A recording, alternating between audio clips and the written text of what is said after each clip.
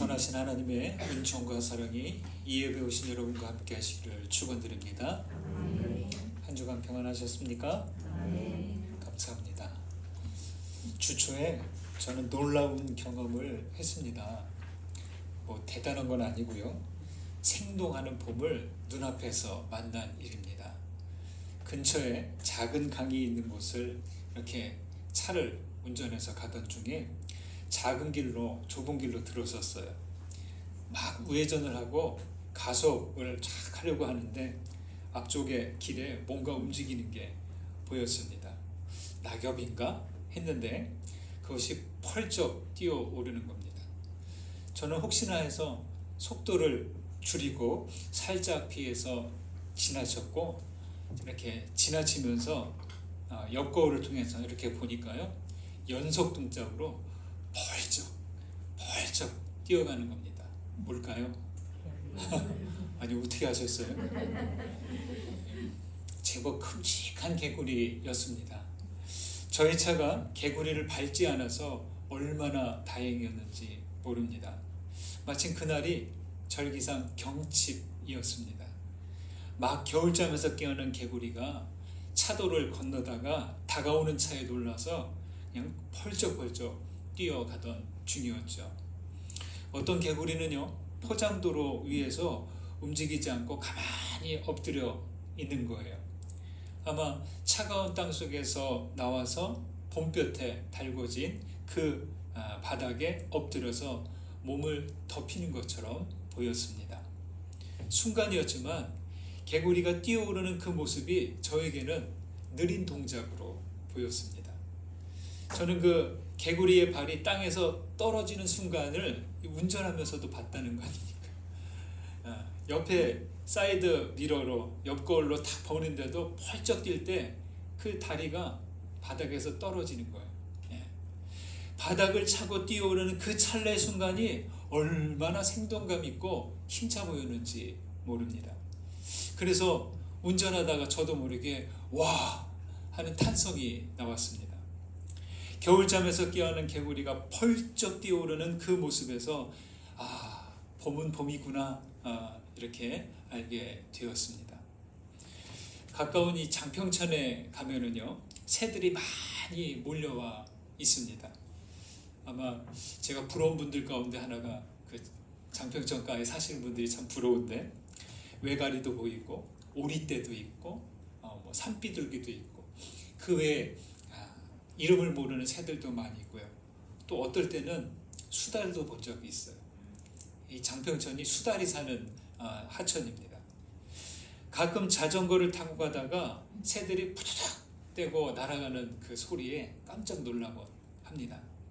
외가리는요, 가까이 가지 않아도 멀리서 사람 움직이는 거 보면 펄쩍 뛰어서 날아갑니다.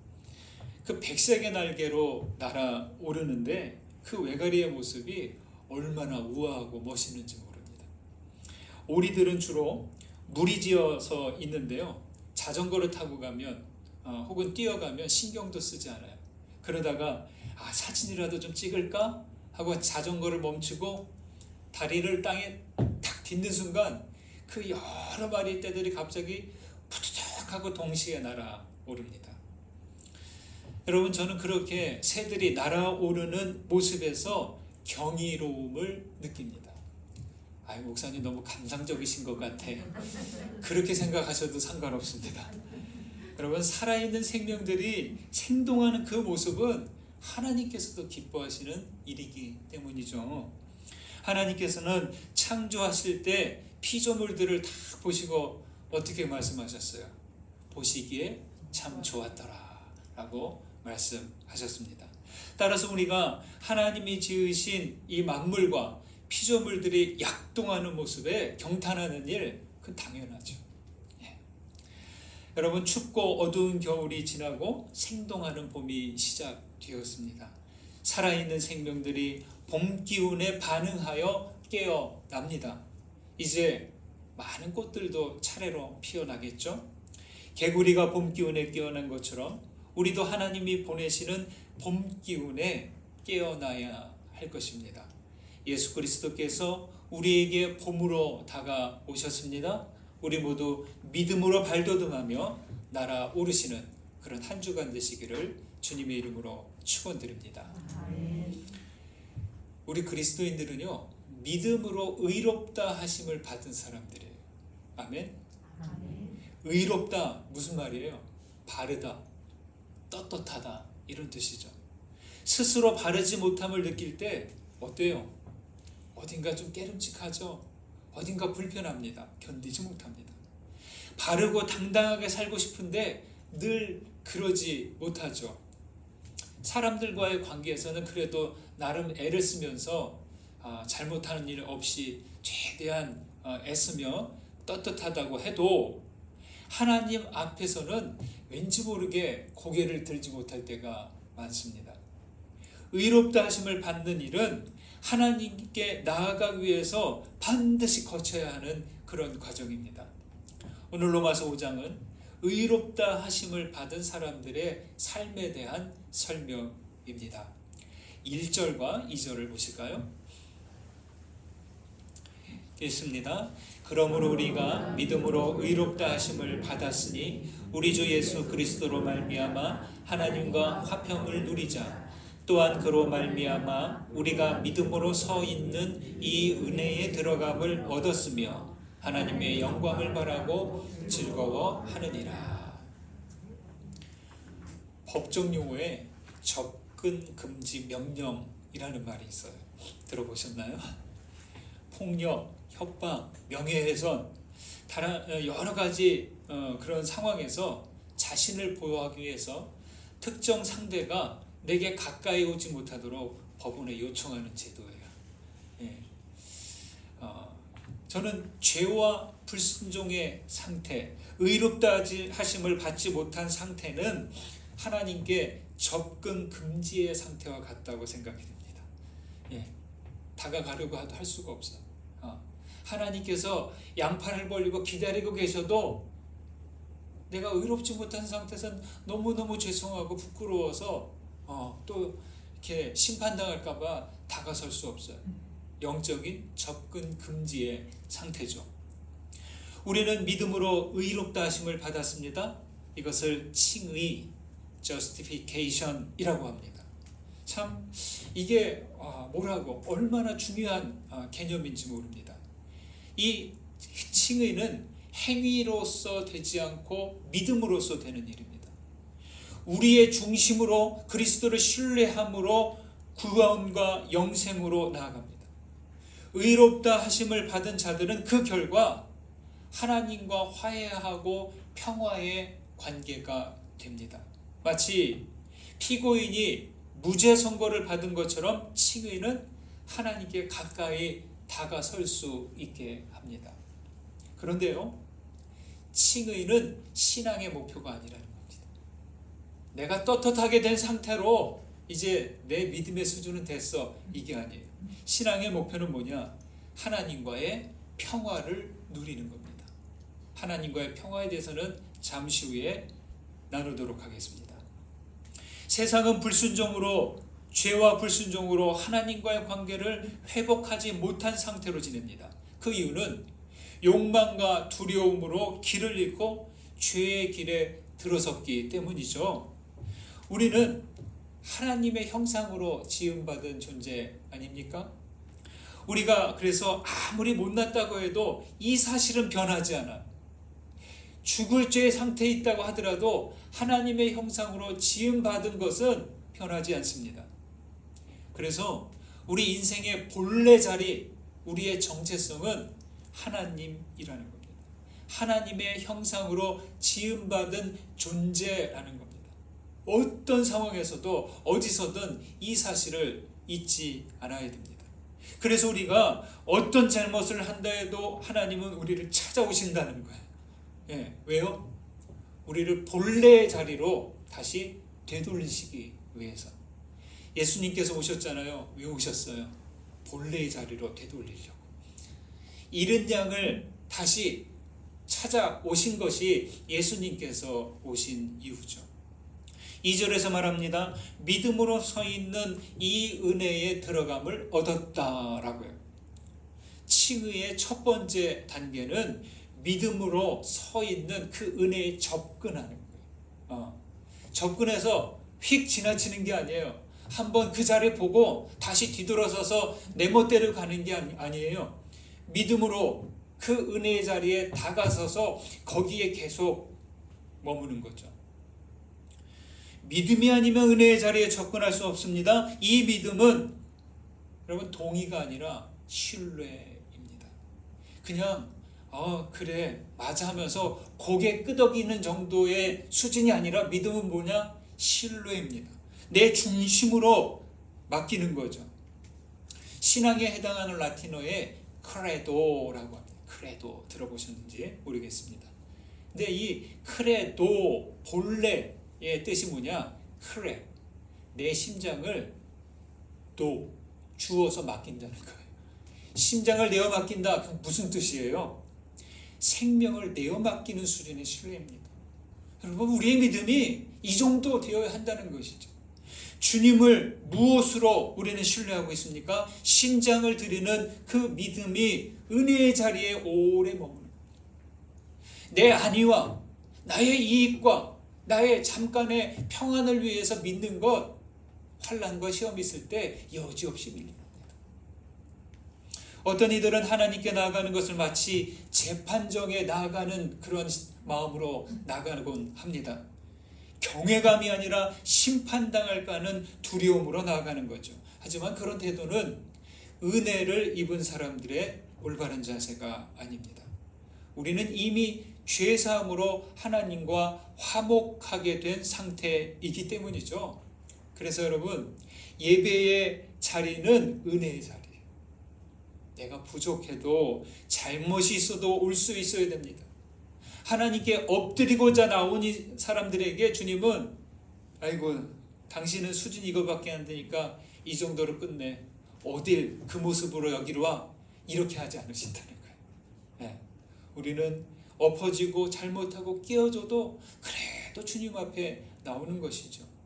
그래서 은혜에 들어간 사람, 은혜의 자리에 나온 사람, 하나님의 영광을 바라고 즐거워하는 거죠. 여러분 죄의 자리에서는 하나님의 영광에 이르지 못합니다. 불안과 두려움만 있을 뿐이죠. 심장을 내어드리는 그 마음으로 주님께 나아가십시오. 그 은혜의 자리에 항상 주님의 영광을 바라보고 즐거워하시는 우리 모두 되시기를 주님의 이름으로 축원합니다. 3절, 4절 보시겠습니다. 3절에서 5절까지 다시 한번 천천히 읽어봅니다. 다만 이뿐 아니라 우리가 환난 중에도 즐거워하나니 이는 환난은 인내를, 인내는 연단을, 연단은 소망을 이루는 줄 알미로다. 소망이 우리를 부끄럽게 하지 아니함은 우리에게 주신 성령으로 말미암아 하나님의 사랑이 우리 마음에 부은 바 됨이니. 의롭다 하심을 받은 이들은 환난에 대한 자세가 달라집니다. 의롭다 하심을 받은 이들은 환난 중에도 즐거워한대요. 여러분 이해가 되십니까? 인정할 수 있습니까? 저는 반은 인정하지만 반은 인정이 안 돼요. 믿음으로 볼 때는 이 말이 이해가 되는데 인간적인 심정으로 볼 때는 좀 힘들어요, 받아들이기가. 의롭다 하심으로 접근 금지 명령이 해제되고 은혜의 자리에 서고 하나님과 화목하게 됩니다. 그와 함께 우리는 환난도 자랑하게 된대요. 어떻게 환난 중에 즐거워합니까? 이 역설이 가능한 이유가 무엇입니까? 하나님을 의지하고 끝내 선한 열매를 맺게 된다는 그 소망이 있기 때문이죠. 여러분 그런데 여기서 이 환난은 개인의 잘못과 불순종 혹은 범죄로 인한 고생을 말하는 게 아니에요. 신앙을 지킬 때, 믿음으로 살아갈 때 겪는 그런 고난과 핍박, 고초를 말합니다. 그런데요, 실제로 우리 믿음의 여정에서 어려움을 당하면 사람은 어떻게 해요? 일단 뒷걸음질 치죠. 주춤되죠. 회피하죠. 용기가 없으면 아주 도망가 버리기도 합니다.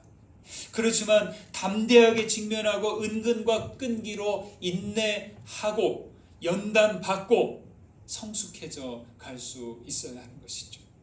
환난은 인내를 통해 연단시키고 마침내 소망의 길로 인도한다. 바로 그런 믿음입니다. 여러분, 소망은 자기 체면과 같은 가짜 희망이 아니라는 겁니다. 막연히 바라는 게 아니라 분명히 그 자리에 소망에 뭔가를 이루고자 한다는, 이룰 것이라는 확신이 있습니다. 그런데 하나님을 향한 소망은 근거 없는 소망이 아닙니다. 이 소망에는 어떻게 된다고 합니까? 5절에 하나님의 사랑이 여기에 부어진대. 네. 하나님의 사랑이 우리 마음에 부은 바 되미니라고 하는데, 시제를 보면 완료형이에요. 미래형이 아니에요. 막연한 기다림이 아니라 이 소망으로 나아가는 이들에게는 이미 하나님의 사랑이 부어졌다는 거예요. 이미 이루어진 구원이 하나님의 사랑임을 말합니다. 연단은 금을 풀무질해서 정련해서 순금을 얻듯이 사람도 하나님께서 많은 시험을 통해서 단련시킨다는 뜻입니다. 인내와 연단은 맞물려 있고 연단과 소망도 동전의 양면처럼 붙어 있습니다. 제가 다큐멘터리를 자주 본다고 했죠. 참 유익합니다. 어떤 종류의 다큐멘터리든지 참 보면 많은 것을 배울 수 있어요. 다큐멘터리에서 아마 극한 직업이었을 거예요. 도검을 제작하는 그 장면을 봤습니다. 과정을 인상 깊게 아주 봤는데요. 여러분, 도검이 뭡니까? 옛날에 무사들이 쓰는 길쭉한 칼이잖아요. 그러니까 이 쇠를 재료로 만드는데 그 과정이 결코 간단하지 않다는 겁니다. 한 1kg 정도 되는 쇠를 가지고 4가지 과정을 거쳐요. 단조, 연마, 담금질, 숫돌갈기. 이 숫돌갈기는 마지막 과정이고 연마도 약간 그 과정이 짧습니다. 근데 이 단조와 담금질의 과정이 무척 오래 걸려요. 단조는 뭐냐? 쇠를 두드려서 모양을 잡는 거예요. 연마는 쇠의 겉표면을 매끄럽게 갈아내는 거예요. 마지막 과정에 들어가는 거고, 담금질은 붉은색으로 벌겋게 달궈진 쇠를 찬물에 저온에서 탁 담가가지고 단단하게 만드는 과정이죠.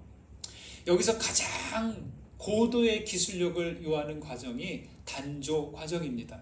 저는 그때까지, 그 다큐멘터리를 보기 전까지 도검은 그냥 쇠를 가지고 막 두들겨서 만들면 되는 걸로 알고 있었어요. 그런데요, 장인은 쇠를 어떻게 하냐? 막 두드려요. 그 다음에 길쭉하게 만들어요. 길쭉하게 만들어서 다 두드리면 두드릴수록 그 쇠가 어떻게 돼요? 얇아지겠죠. 그런 다음 반으로 접어요. 이 반으로 접는다 해서 그 과정을 접검이라고 합니다. 반으로 접는다. 자, 반으로 접었잖아요. 또 어떻게 할까요? 또 두드려요. 모양을 또 이렇게 이 정도 두께로 해서 길쭉하게 두드려요. 그런 다음에 어느 정도 되면 또 반으로 접어요. 계속 두드려요. 길쭉하고 납작하게 하려면 또 반으로 접어서 또 두드려요. 이렇게 접검하는 과정을 하는데, 이렇게 하는 이유가 있대요. 이 과정을 거칠수록 쇠 안에 있는 불순물들이 제거되고요, 이 쇠의 인장력이 좋아지면서 쇠가 아닌 특수한 합금이 된대요. 여러분, 망치로 두드리는데도 쇠가 그렇게 변한다는 거죠. 그래서 영화나 드라마 소품용은요, 이 접검을 몇 번 정도 하냐면, 몇 번 정도 할까요? 한 400회 정도 한대요. 그리고 실제 사용하는 무예용 그 도검은요, 1000회 이상 정도 한대요. 참 놀랍지 않습니까? 생각해 보십시오. 그렇게 해서 만들어진 도검의 이 두께가 날 쪽은 얇겠지만 위쪽은 한 1cm 정도 된대요. 그 1cm 정도 되는 도검이 400겹에서 1000겹 정도 된다는 거예요. 그러니까 특수 금속으로 되어 있기 때문에 칼날이 부딪혀도 이가 상하지 않게 되는 것이죠. 여러분, 환난은 뭐를? 인내를. 인내는 연단을. 연단은 소망을 이룬다는 그 말 그냥 하는 이야기가 아닙니다. 쇠도 두드리고 접고 두드리고 접고 그 반복되는 과정 속에서 얇지만 아주 강력한 그런 금속이 된다면 우리가 믿음으로 받는 환난과 연단 가운데 우리는 어떻게 되겠습니까? 더 힘있고 강력한 그러한 믿음의 사람이 될 것입니다. 신앙의 삶에서 겪는 환난은 고생하는 일로 끝나지 않습니다. 환난은 운이 없어 겪는 일로 생각하지 않아야 됩니다. 하나님은 하나님의 영광을 바라고 즐거워할 때 환난은 인내를 거쳐 연단을 거쳐 소망을 이루게 되는 것입니다. 그래서 소망은 하나님의 사랑을 담는 그릇이 됩니다. 우리의 신앙이 환난으로 멈추지 않고 그 환난의 도가니 속에서 연단받음으로 아름다운 소망의 그릇으로 단단해져 가시기를 주님의 이름으로 소망합니다. 11절 보실까요? 11절 있습니다. 그뿐 아니라 이제 우리로 화목하게 하신 우리 주 예수 그리스도로 말미암아 하나님 안에서 또한 즐거워하느니라. 우리는 그리스도를 믿음으로 칭의와 구원을 받고 영원한 생명으로 나아갑니다. 그런데 모든 복을 받고 은혜를 누린다고 해도 하나님과 함께하지 않는다면 그 의미가 없어요. 그렇지 않습니까? 내가 영생을 한다고 해도 하나님과 함께하지 않는 영생, 그 무슨 의미예요? 그건 아무것도 아니죠. 앞에서 신앙의 목적은 칭의가 아니라 그리스도로 말미암아 하나님과 평화를 누리는 삶이다 라고 했습니다. 하나님은 우리 존재의 바탕이에요. 하나님은 내 생명의 근거이십니다. 그분이 안 계시면은 우리는 아무것도 아니에요. 화가가 그림을 그릴 때 어디에다 그려요? 캔버스가 있어야 되잖아. 그 캔버스가 없으면 그림을 그릴 수가 없어요. 그렇듯이 나도 하나님이 계시다는 것, 하나님 위에 서 있다는 것을 모른다면 내 인생의 그림은 그려질 수가 없는 거죠. 우리는 하나님께로 와서 하나님께로 돌아갑니다. 그리고 그 사이는 임마누엘 하나님의 현존과 함께하는 과정입니다. 하나님과의 관계든 사람과의 관계든 모든 관계는 조금이라도 불편함이 있으면 함께 거하지 못해요. 좀 미안한 마음이 요만큼이라도 있으면 괜히 다가서지도 못하고 얼굴을 마주하지도 못하는 게 우리 사랑입니다. 그리스도의 사랑은 죄와 불순종의 장애물을 치워내고 우리가 주님 앞에 설 수 있도록 하셨습니다. 그리고 그 은혜로 하나님과 화해하고 평화의 관계를 회복했습니다. 헬라어로 평화는 에이레네이고요. 히브리어로는 샬롬입니다.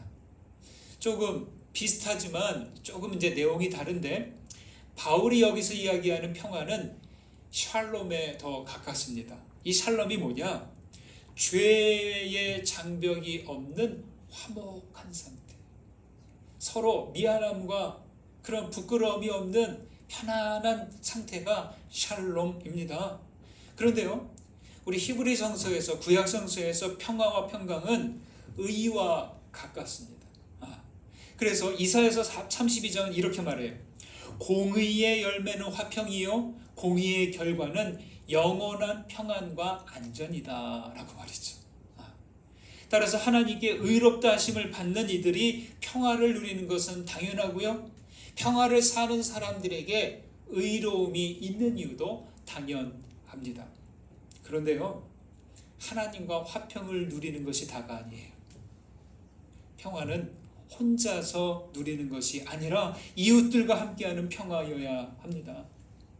평화는 하나님과의 관계에서 맺는 수직의 평화가 있고요, 이웃과의 관계에서 맺는 수평의 평화가 있습니다.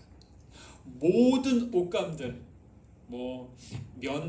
면사로 하든지 화학섬유로 하든지 모든 옷감들을 보세요. 여러분들이 입고 계시는 옷감을 보세요. 어떻게 되어 있을까요? 수직과 수평이 교차되어 있어요. 한쪽 방향으로만 된 옷감은 없어요. 그렇게 옷감을 만든다면 허술하게 될 것입니다. 네. 원사실이 한쪽 방향으로만 있으면 옷감이 못 되듯이 평화의 옷감도 수직과 수평이 교차해야 하는 것이죠. 바울 사도는 고린도후서 5장에서 이렇게 말합니다. 들어보십시오. 모든 것이 하나님께로서 났으며 그가 그리스도로 말미암아 우리를 자기와 화목하게 하시고 또 우리에게 화목하게 하는 직분을 주셨으니. 19절 곧 하나님께서 그리스도 안에 계시사 세상을 자기와 화목하게 하시며 그들의 죄를 그들에게 돌리지 아니하시고 화목하게 하는 말씀을 우리에게 부탁하셨느니라. 이렇게 말이죠. 그렇죠? 여러분, 우리에게는 화목하게 하는 직분이 주어졌습니다. 주님은 화목하게 하는 말씀을 우리에게 부탁하셨습니다. 그런데 오늘날의 교회들은 세상과 화평을 누리고 있습니까? 그리스도인들은 지금 이웃과 화목하게 있습니까? 그리스도인들이 있는 곳은 평화롭습니까? 참 이렇게 묻는 게 참 부끄러워요. 죄송해요.